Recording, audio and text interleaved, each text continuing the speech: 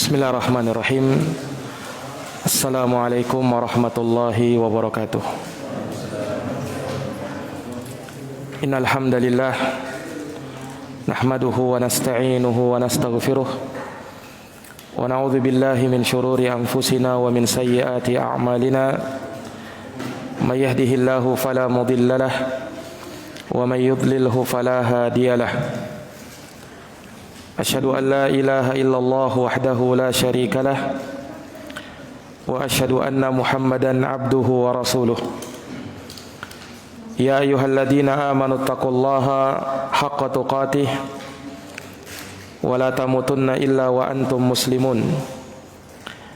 Ya ayyuhan nasu taqu rabbakumul ladzi khalaqakum min nafsin wahidah wa khalaqa minha zawjaha وبث منهما رجالا كثيرا ونساء واتقوا الله الذي تساءلون به والأرحام إن الله كان عليكم رقيبا يا أيها الذين آمنوا اتقوا الله وقولوا قولا سديدا يصلح لكم أعمالكم ويغفر لكم ذنوبكم ومن يطع الله ورسوله فقد فاز فوزا عظيما أما بعد فإن أصدق الحديث كتاب الله وخير الهدى هدى محمد صلى الله عليه وعلى آله وصحبه وسلم وشر الأمور محدثاتها فإن كل محدثة بدعة وكل بدعة ضلالة وكل ضلالة في النار. معاشر الإخوة, kaum muslimin, bapak-bapak, saudara-saudaraku yang dirahmati dan dimuliakan oleh Allah Subhanahu wa taala. Alhamdulillah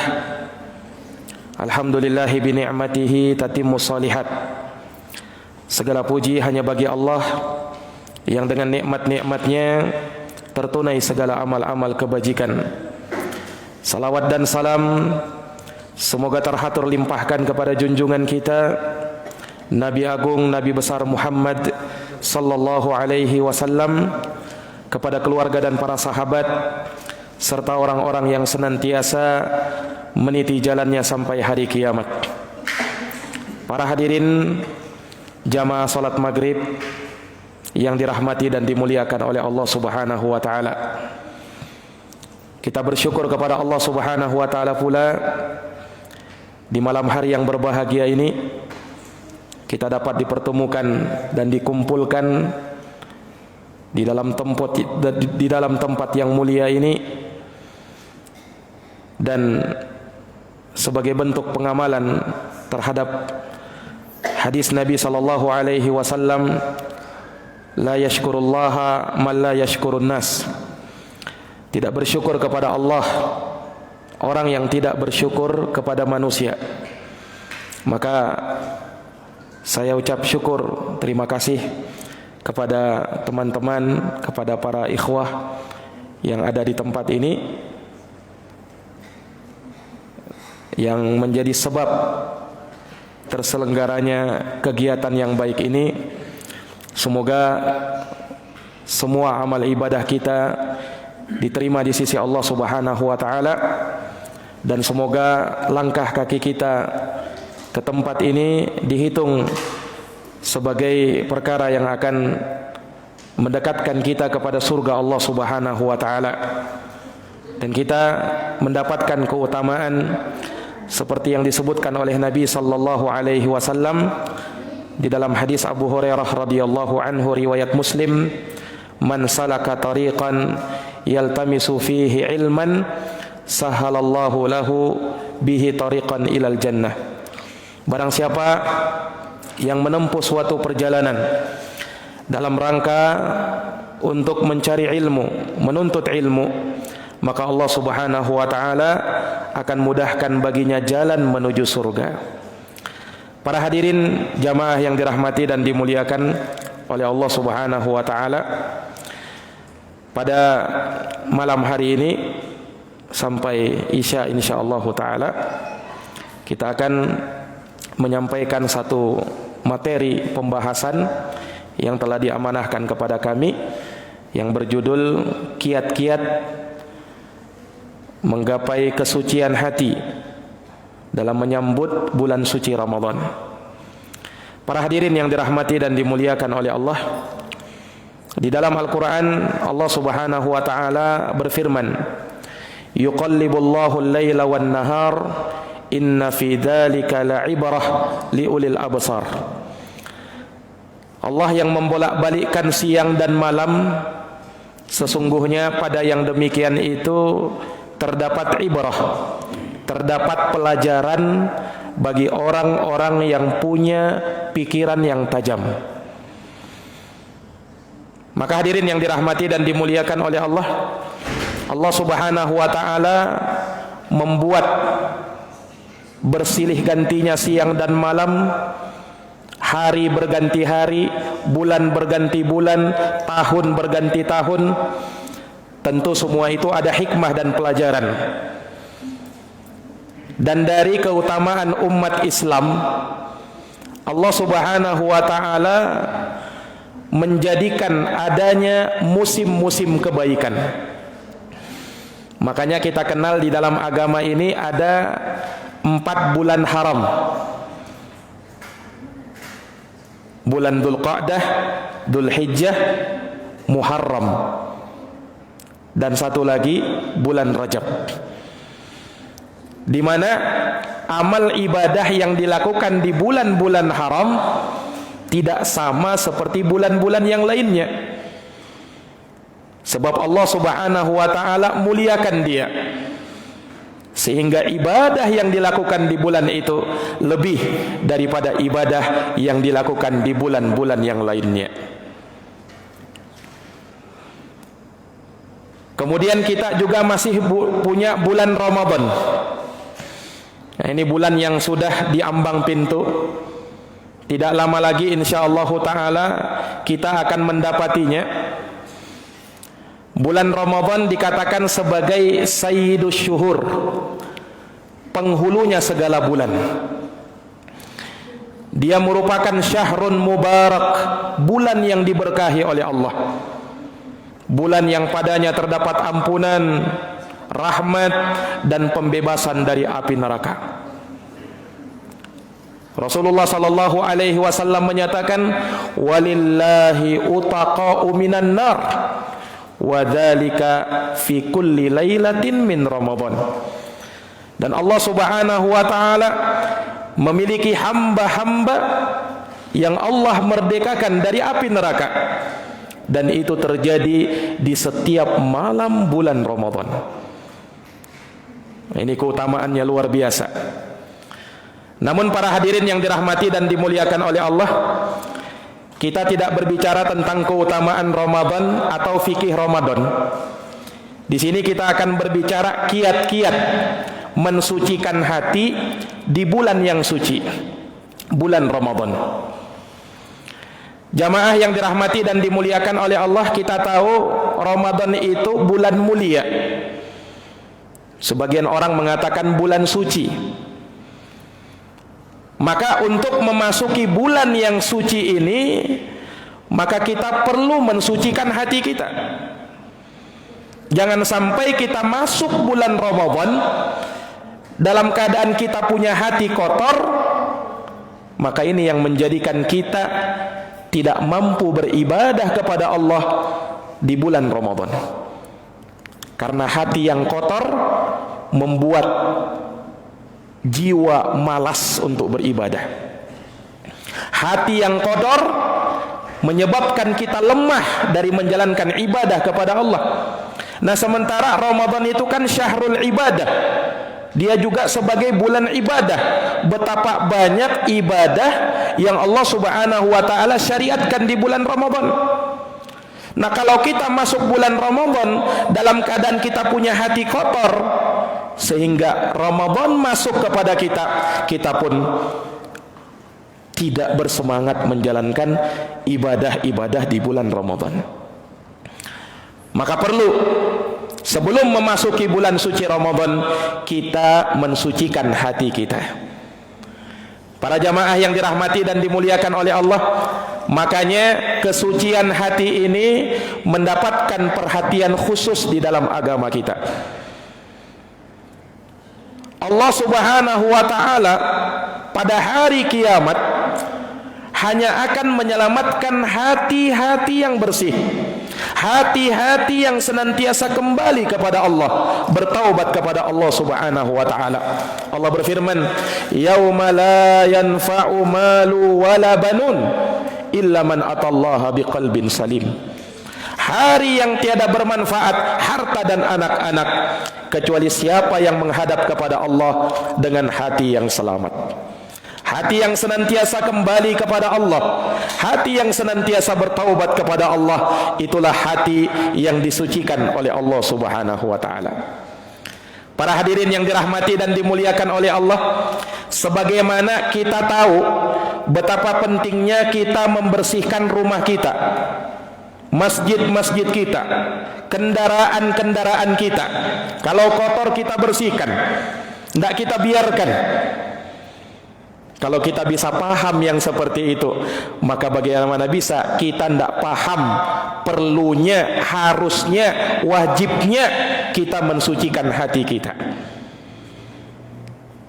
Dan yang paling banyak mengotori hati ini adalah dosa dan maksiat. Ketika seorang hamba melakukan dosa dan maksiat, Allah titikkan di dalam hatinya satu titik hitam. Sebagaimana yang disabdakan oleh Nabi sallallahu alaihi wasallam dalam hadis yang diriwayatkan oleh Imam Tirmizi. Kata Nabi sallallahu alaihi wasallam, "Innal abda idza akhta'a khati'atan nukitat fi qalbihi nuqtatan sauda." Kata Nabi sallallahu alaihi wasallam, sesungguhnya seorang hamba apabila melakukan suatu dosa, maka Allah akan titikkan di dalam hatinya satu titik hitam. Ini kotoran pertama. Kalau dia biarkan atau bahkan dia bertambah dengan melakukan dosa dan maksiat lagi, Allah tambah titik hitamnya. Kata Nabi SAW, fa in ada zida fiha. Kalau dia mengulangi dosa dan maksiat itu, Allah tambah lagi titik hitamnya, hatta ta'luwa qalbahu, sampai mendominasi hatinya. Kata Nabi sallallahu alaihi wasallam, wa huwa ar-ran alladzi dzakarallahu fi kitabih. Itulah ran, tutupan yang menutup hati seorang hamba yang Allah sebutkan di dalam Al-Quran, kalla bal rana ala qulubihim ma kanu yaksibun. Sekali-kali tidak, kata Allah, bahkan ran, tutupan itu telah menutup hati mereka sehingga mereka tidak lagi bisa menerima hidayah, dan itu disebabkan oleh karena perbuatan mereka sendiri. Ini jamaah sekalian yang dirahmati dan dimuliakan oleh Allah. Hati itu bisa berkarat, sebagaimana besi bisa berkarat kalau kena air. Hati itu bisa kotor, dan sebab kotornya hati adalah dosa dan maksiat kepada Allah. Makanya jangan biarkan hati kita berada dalam kondisi yang kotor. Justru kalau dia kotor, kita berusaha membersihkannya, kita berusaha membeningkannya kembali. Karena jamaah sekalian yang dirahmati dan dimuliakan oleh Allah, manusia yang terbaik di dunia ini, manusia yang termulia di dunia ini, manusia yang paling utama di dunia ini adalah manusia yang sangat memperhatikan hatinya. Nabi SAW pernah ditanya di dalam hadis Abdullah bin Amr bin Al-As radhiyallahu an, ayyun nasi afdal, ya Rasul, siapa manusia yang paling utama? Maka Rasulullah sallallahu alaihi wasallam bersabda, kullu mahmumil qalbi saduqul lisani. Manusia yang paling afdal, yang paling utama adalah mereka yang dibersihkan hatinya oleh Allah dan jujur lisannya. Siapa? Manusia yang paling dibersihkan hatinya oleh Allah dan paling jujur lisannya. Sahabat pun bertanya, ya Rasul, saduqul lisani na'rifuh. Ya Rasul, kalau masalah kejujuran hati, ya, kalau masalah kejujuran lisan kami sudah tahu. Tapi apa maksud sabda engkau mahmumul qalbi? Hati yang telah disapu, yang dibersihkan itu. Maka Rasul sallallahu alaihi wasallam menjawab, huwan naqiyut taqiyyu la itsma alaihi wala baqiya wala ghilla wala hasad. Maksud hati yang bersih adalah mereka yang disucikan oleh Allah, yang bertakwa kepada Allah, tidak ada dosa padanya, tidak ada bentuk pelanggaran, tidak ada bentuk pelampauan batas, tidak ada kejengkelan, dan tidak ada hasad di dalam hatinya. Nah, itulah hati yang dibersihkan oleh Allah Subhanahu wa ta'ala. Para hadirin yang dirahmati dan dimuliakan oleh Allah Subhanahu wa ta'ala, maka ini yang disebutkan oleh Nabi sallallahu alaihi wasallam terkait dengan hati. Jamaah yang dirahmati dan dimuliakan oleh Allah, maka seorang yang memperhatikan hatinya, maka dialah orang-orang yang paling baik lisan dan perbuatannya. Karena inilah yang menjadi barometer kebaikan seorang hamba manakala hatinya baik. Rasulullah sallallahu alaihi wasallam bersabda, at-taqwa hahuna, at-taqwa hahuna, at-taqwa hahuna. Takwa itu ada di sini. Nabi isyarat kepada dadanya. Takwa itu ada di sini.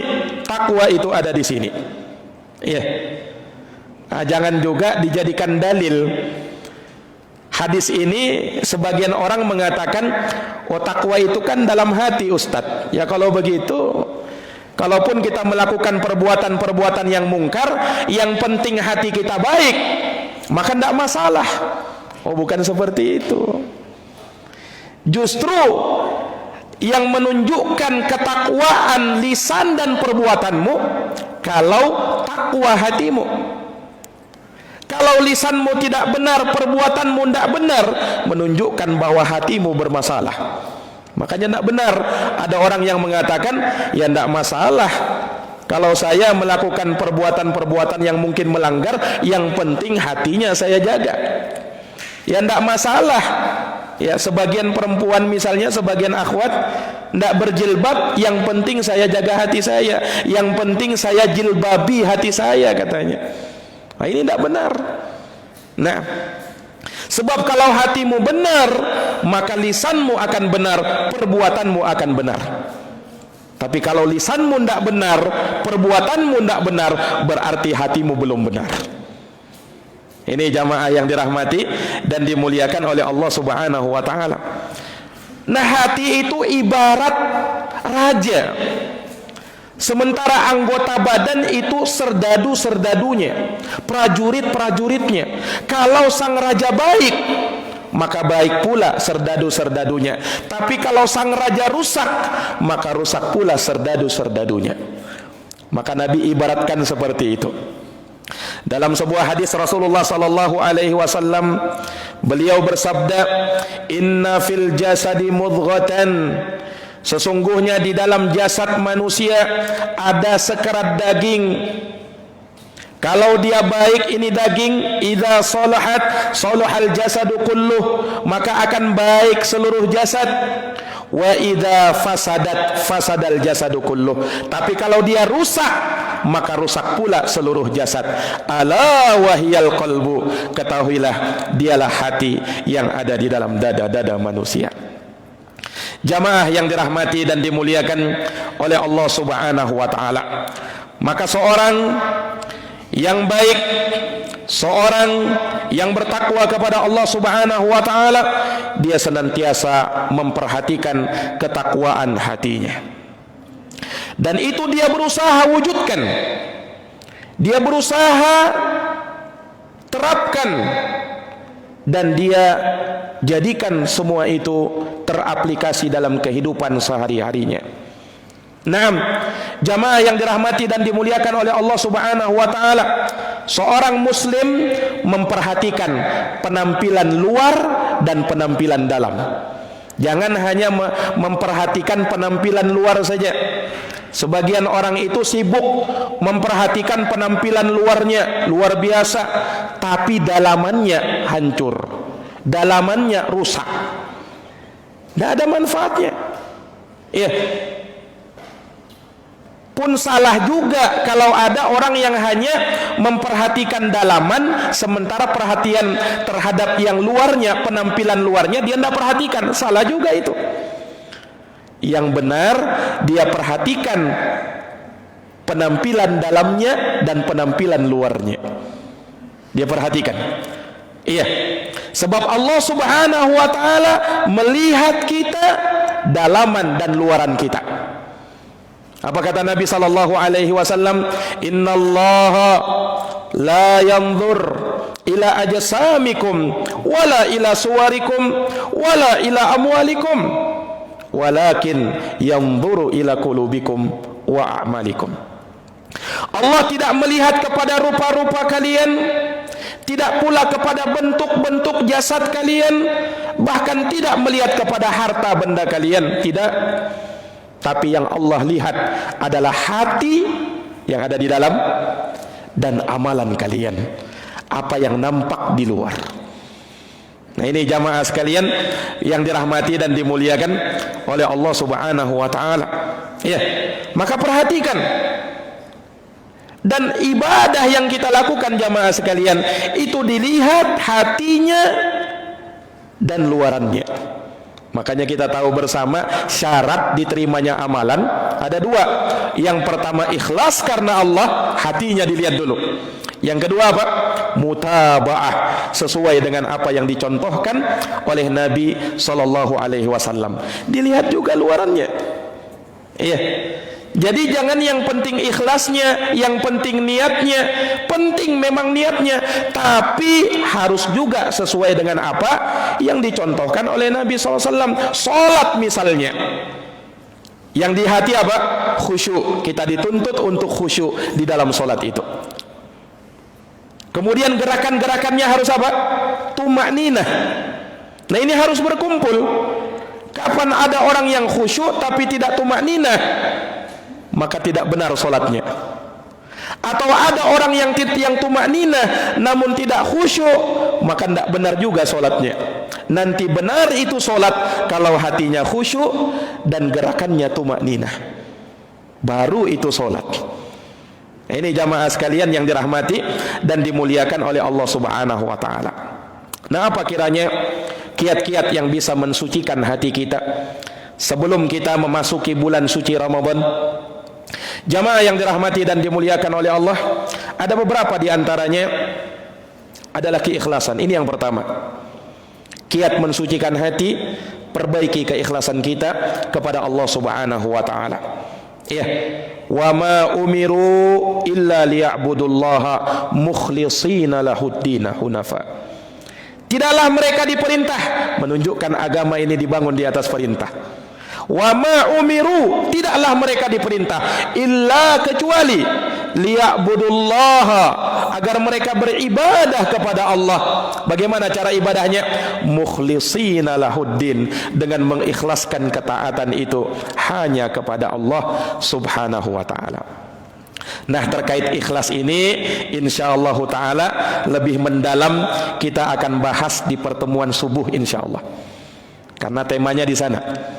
Iya, kita langsung melangkah ke kiat yang kedua yang bisa mensucikan hati kita. Apa? Muraqabatullah, merasa diawasi oleh Allah. Ini muraqabatullah, apa? Merasa diawasi oleh Allah Subhanahu wa taala. Nah, jamaah sekalian yang dirahmati dan dimuliakan oleh Allah, di antara hikmah Allah Subhanahu wa taala mensyariatkan kita puasa untuk apa? Untuk melatih kita supaya kita punya sifat muraqabah. Harus punya sifat itu, merasa diawasi oleh Allah Subhanahu wa taala. Nah, puasa itu kan ibadah sirriyah, ibadah yang sifatnya rahasia antara hamba dengan Allah. Yang tahu dia puasa hanya Allah Subhanahu wa taala, kemudian dirinya sendiri. Ya kan? Sebab bisa saja dia menampakkan kepada orang lain seakan-akan dia puasa, padahal dia tidak berpuasa. Ya kan? Nah, ini jamaah sekalian yang dirahmati oleh Allah. Betul-betul ibadah yang sifatnya rahasia. Kalau seorang misalnya ya beribadah di masjid, berjamaah di masjid, nampak itu. Dia baca Quran di masjid, nampak itu. Dia ngaji di masjid seperti sekarang ini, nampak. Tapi orang yang berpuasa belum nampak. Jamaah yang dirahmati dan dimuliakan oleh Allah. Nah, kenapa? Ibadah rahasia antara dia dengan Allah. Nah, di sini harus muncul apa? Harus muncul yang namanya muraqabatullah, merasa diawasi oleh Allah tatkala puasa. Jamaah yang dirahmati dan dimuliakan oleh Allah, pada saat bulan Ramadan tiba, Allah wajibkan kita puasa, menahan diri dari makan, minum, melakukan hubungan suami istri dari mulai terbitnya fajar sampai terbenamnya matahari. Ya kan? Pada saat kita sahur misalnya, kebetulan waktu azan subuh jam 5, telat bangun subuh, waktunya sebentar lagi. Waktunya sebentar lagi apa? Azan subuh tiba. Maka dia makan, belum selesai Allahu Akbar, azan subuh sudah berkumandang. Belum selesai, nanggung ini. Nah, kalau di sini tidak ada muraqabatullah, merasa diawasi oleh Allah Subhanahu wa taala, lihat apa yang terjadi. Nanggung. Nah, belum minum lagi. Ya. Jamaah yang dirahmati dan dimuliakan oleh Allah, maka kalau dia tidak punya muraqabatullah, dia ambil makanan itu. Kenapa? Tidak ada yang lihat, tetangganya tidak lihat, teman-temannya tidak lihat, ustadznya tidak lihat. Dia ambil sedikit, ya, kemudian dia puasa, pura-pura dia puasa. Coba jamaah yang dirahmati oleh Allah. Nah, datang waktu berbuka misalnya, taruhlah berbuka pukul 6 sore. Sudah terbenam matahari, azan subuh, azan maghrib berkumandang. Makanan sudah disiapkan, bahkan sebelum waktu itu. Sudah semuanya semua sudah ada di hadapannya di situ. Gorengannya ada, es cendolnya ada. Tinggal disantap. Tinggal menunggu waktu jam 6 kurang 1 menit. Tidak berani dia ambil itu, ya kan? Tidak berani dia ambil. Padahal apa? Tidak ada yang lihat kalau dia mau ambil itu. Bisa saja, ya kan? Tidak ada yang lihat juga kalau dia membatalkan puasanya sebelum tiba. Tapi karena dia punya muraqabatullah, dia tidak akan berani ambil itu makan, walaupun syahwatnya sudah sangat menginginkannya. Nah, ini jamaah sekalian yang dirahmati dan dimuliakan oleh Allah. Iya, inilah muraqabatullah.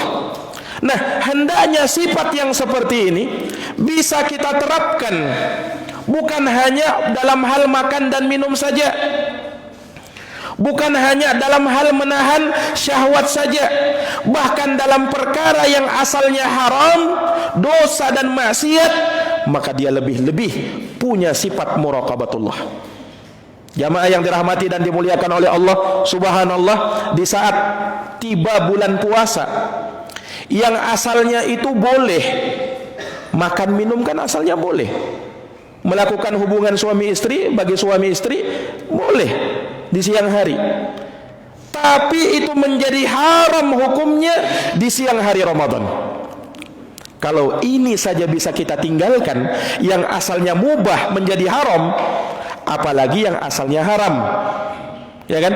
Apalagi yang asalnya asalnya haram. Para jamaah sekalian yang dirahmati dan dimuliakan oleh Allah Subhanahu wa taala, punya sifat muraqabatullah.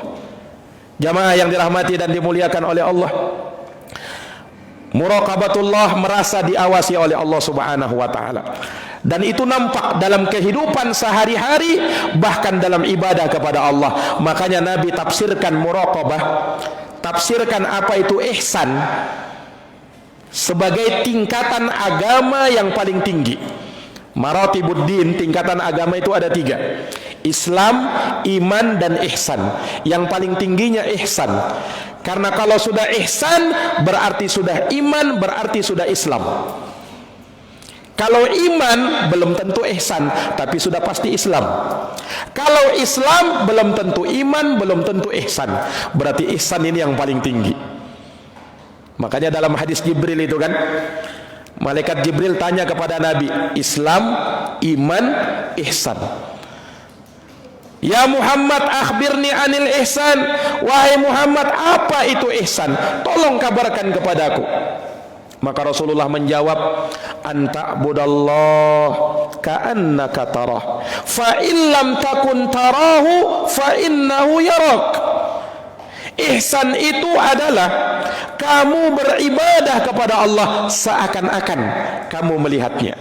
Seakan-akan loh, bukan melihat beneran, karena tidak mungkin melihat Allah di dunia ini.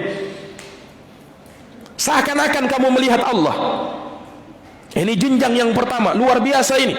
Kalau mampu seperti itu, fa illam takun tarah, tapi kalau tak mampu demikian, fa innahu yarak, maka yakinilah Allah subhanahu wa ta'ala sedang melihatmu, sedang mengawasimu, sedang memperhatikan kamu. Iya. Maka kalau kita menyadari perkara ini, luar biasa ibadah kita para jamaah sekalian. Ya kan? Kenapa? Allah sedang melihat kita, Allah sedang memperhatikan kita, Allah sedang mengawasi ibadah kita ini. Nah jangankan itu, kalau dalam kehidupan kita saja, misalnya kita bekerja, kebetulan baru masuk kerja ini, ada atasan kita memperhatikan kerja kita. Nah kira-kira bagaimana itu pekerjaan kita? Tidak akan asal-asalan kita, ya kan? Betul-betul ini. Kenapa? Bos lagi perhatikan ini. Nah, jangan sampai saya salah-salah.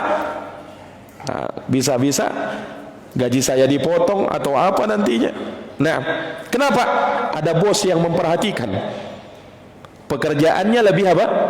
Lebih serius lagi dia kerjakan. Nah, hadirkan perasaan yang seperti itu manakala kita apa? Beribadah kepada Allah Subhanahu wa taala. Merasa diawasi oleh Allah. Dan ini jamaah sekalian tidak akan sempurna kecuali manakala kita punya sifat khasyatullah, perasaan takut kepada Allah.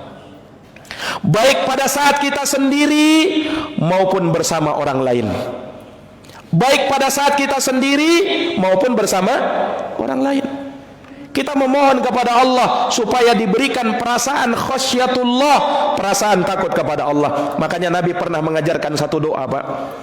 Satu doa yang diriwayatkan oleh Imam An-Nasai, haditsnya disahihkan oleh Syekh Al-Albani rahimahullah. Doa yang diajarkan oleh Nabi kepada umatnya. Ringkas doanya, dihafalkan. Doanya berbunyi, Allahumma inni as'aluka khasyataka fil ghaibi wasyahadah. Ringkas kan? Allahumma inni as'aluka khasyataka fil ghaibi wasyahadah.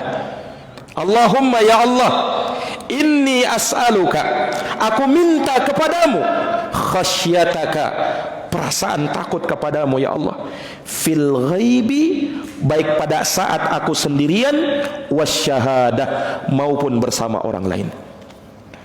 Ini doa luar biasa jamaah sekalian. Iya, doa yang sangat kita butuhkan, diajarkan oleh Nabi sallallahu alaihi wasallam. Naam. Sebab apa? Terkadang ada sebagian orang dia takut kepada Allah Subhanahu wa taala, namun hanya dalam keadaan ketika bersama orang lain. Tapi kalau dia saat sendirian, tidak ada lagi perasaan takutnya kepada Allah. Makanya ada orang itu, ya, kalau bersama orang lain jadi malaikat dia, tapi kalau saat sendirian jadi setan dia. Subhanallah. Kalau bersama orang lain apa? Malaikat, luar biasa. Solehnya bukan main. Terlihat apa namanya, seakan-akan menjaga. Kenapa? Ada orang lain bersama dia. Nah, tapi kalau lihat lagi sendirian, berada di rumahnya, di dalam kamarnya, setan dia. Ini jamaah sekalian. Makanya minta kepada Allah Subhanahu wa taala, ya, perasaan takut, khasyah. Nah, baik pada saat kita sendiri maupun pada saat kita apa? Bersama orang lain. Jamaah yang dirahmati dan dimuliakan oleh Allah, kemudian kiat yang ketiga adalah kesabaran. Syahrul Ramadan, bulan Ramadan dinamakan juga dengan Syahrus Sabar, bulan kesabaran. Ya, bahkan di bulan ini terkumpul 3 macam kesabaran. Siapa yang tahu 3 macam kesabaran? Yang pertama, Bapak, sabar dalam menahan diri dari maksiat kepada Allah. Yang kedua, sabar dalam menjalankan ketaatan kepada Allah. Yang ketiga, sabar dalam menerima takdir dan ketentuan Allah Subhanahu wa taala yang tidak enak. Iya. Nah, dalam kita berpuasa terkumpul 3 macam kesabaran tadi. Ya kan? Terkumpul 3 macam kesabaran tadi. Lihat jamaah sekalian, sabar dalam menjalankan ketaatan kepada Allah Subhanahu wa taala. Pada saat kita berpuasa, sabar kita. Iya, pada saat kita menjalankan qiyamul lail, sabar kita salat tarawih. Yang biasanya kita bangun subuh, pas sudah dekat-dekat azan kita bangun, atau bahkan mungkin pas azannya. Nah, ini pada saat bulan Ramadan tiba, kita disuruh bangun sebelum itu untuk makan sahur dulu. Ya kan?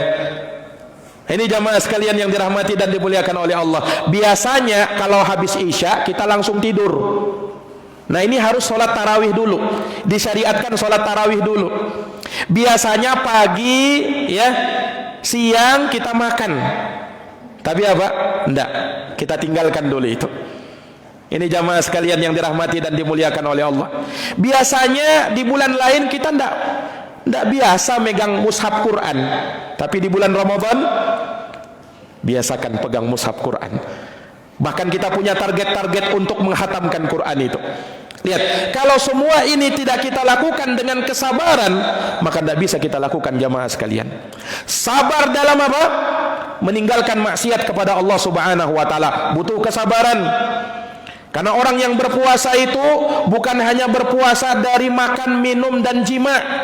Tapi orang yang berpuasa, dia pandai menahan lisannya, dia pandai menjaga tangannya, dia pandai menjaga telinganya, dia pandai menjaga matanya dari perbuatan-perbuatan yang diharamkan oleh Allah Subhanahu wa taala. Ya, itulah hakikat puasa. Jamaah yang dirahmati dan dimuliakan oleh Allah. Kemudian sabar dalam menerima takdir dan ketentuan Allah yang tidak enak. Ya. Tidak makan, tidak minum, siapa bilang enak? Ya kan? Tidak enak. Nah, tapi sabar dia. Ini ketetapan Allah, ini ketentuan Allah, ini perintah Allah Subhanahu wa taala. Dia jalankan semua itu betul-betul karena Allah.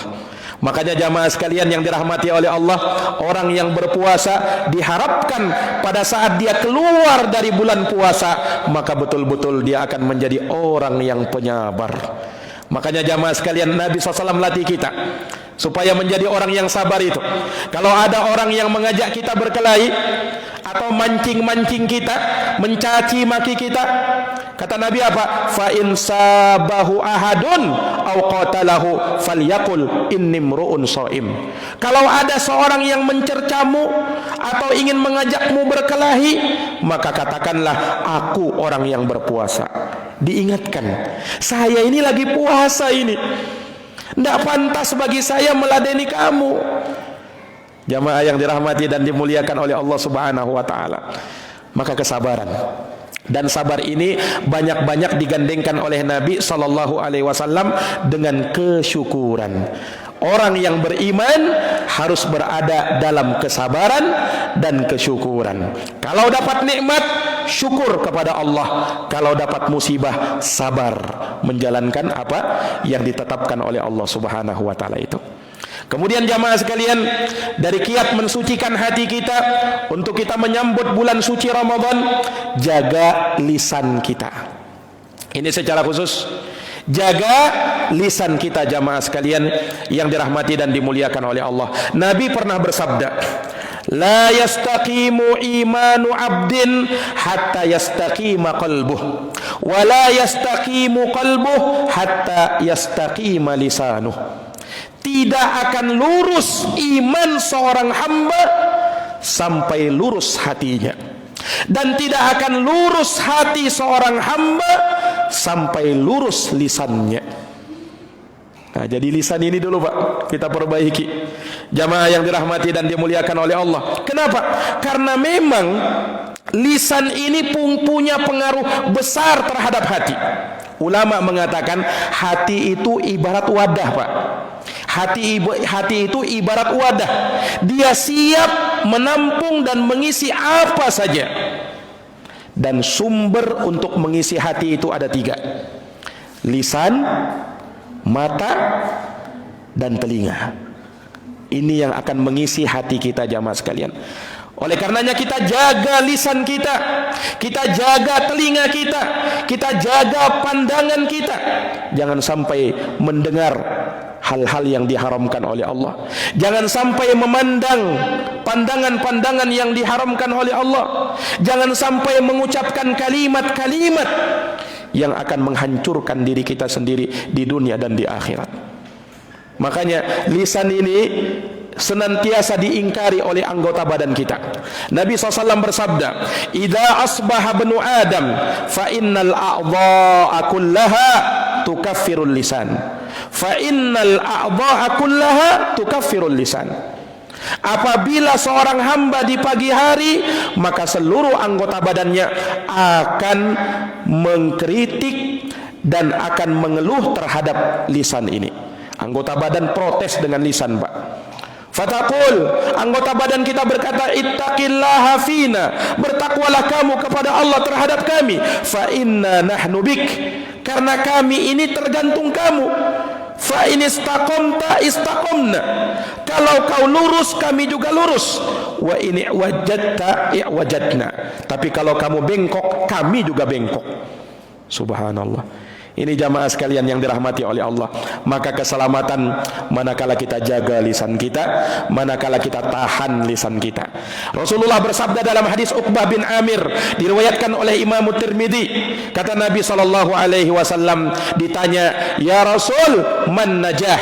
Ya Rasulullah, apa itu keselamatan? Nabi sebut 3 jalan keselamatan. Amsik alaika lisanak. Pertama, jaga lisan kamu. Wal yasahka baituka, kedua, hendaknya kamu merasa lapang berada di dalam rumahmu. Yang ketiga, wabqi ala khati'atik, tangisilah dosa dan kesalahanmu. Sudah isa Pak ya? Ya. Jamaah sekalian yang dirahmati dan dimuliakan oleh Allah, sebenarnya masih banyak kiat-kiatnya ya, namun waktu membatasi kita. Sampai isya saja kan? Pada isya tidak ada lagi ya? Gak ada lagi ya? Gimana? Mau lanjut bisa? Gak apa-apa ya? Insya Allah. Jadi pada isya ya mungkin tidak usah lama, setengah jam lah, ya kan? Mungkin butuh istirahat setengah jam karena nanggung, ya kan? Pembahasan kita nanggung. Semoga kita bisa selesaikan pembahasan ini. Ya, mungkin saya cukupkan, kita sholat isya dulu. Insya Allah kita lanjut ba'dal isya biiznillahi ta'ala. Ya. Kita akhiri dengan doa kafaratul majlis. Subhanakallahumma wa bihamdika asyhadu an la ilaha illa anta astaghfiruka wa atubu ilaik. Walhamdulillahi rabbil alamin. Wassalamu alaikum warahmatullahi wabarakatuh.